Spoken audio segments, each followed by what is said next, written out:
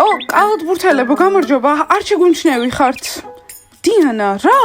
გუშინ ჩვენს კონცერტზე იყვნენ. სხვადასხვა კარგად გამოიყურებით. სად მიდიხართ? გოგოებო, ასე იმიტომ ჩაიცვეს, რომ გაგაოცონ.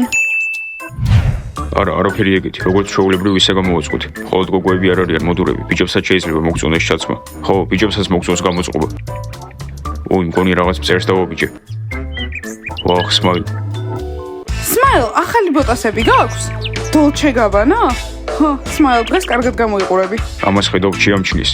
ხო, გოგოებო, ახალი ფეხსაცმელები ვიყიდე. მომისმინეთ, თქვენ კარგად გამოიყურებთ. ჩვენს კარგად გამოიყურებთ. არ გინდა სადმე წავიდეთ. დიდი სიამოვნებით, მაგრამ პაემანზე მივდივართ. ხო, ჩვენს შეყვარებულებთან ერთად.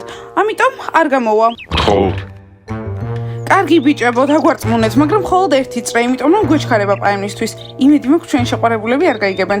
გოგოებო, ტყუილები იწყება? ვა, როგორ დავითანხმეთ? ჩემი ფეხსაცმელების დამსახურება. ბიჭებო, რომელი საათია? 6 საკლია 5 წუთი. კარგი, ესე იგი 5 წუთში აქ იქნებიან. ბიჭებო, შეიძლება თქვენთან ერთად მეც წამოვიდე, ზუპად გადავიქცევი. ები, შენ და ზუპს საერთო არაფერი გაქვთ.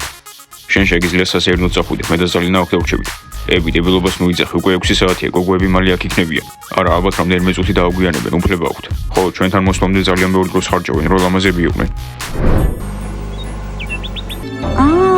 აი თურმე რატომ არ მოვიდა ბანი ზიპთან, ზაკთან და ზაკათთან პაემანზე. ეს ყველაფერი ბიჭებს უნდა უთხრა და რეალობა უნდა დავანახო.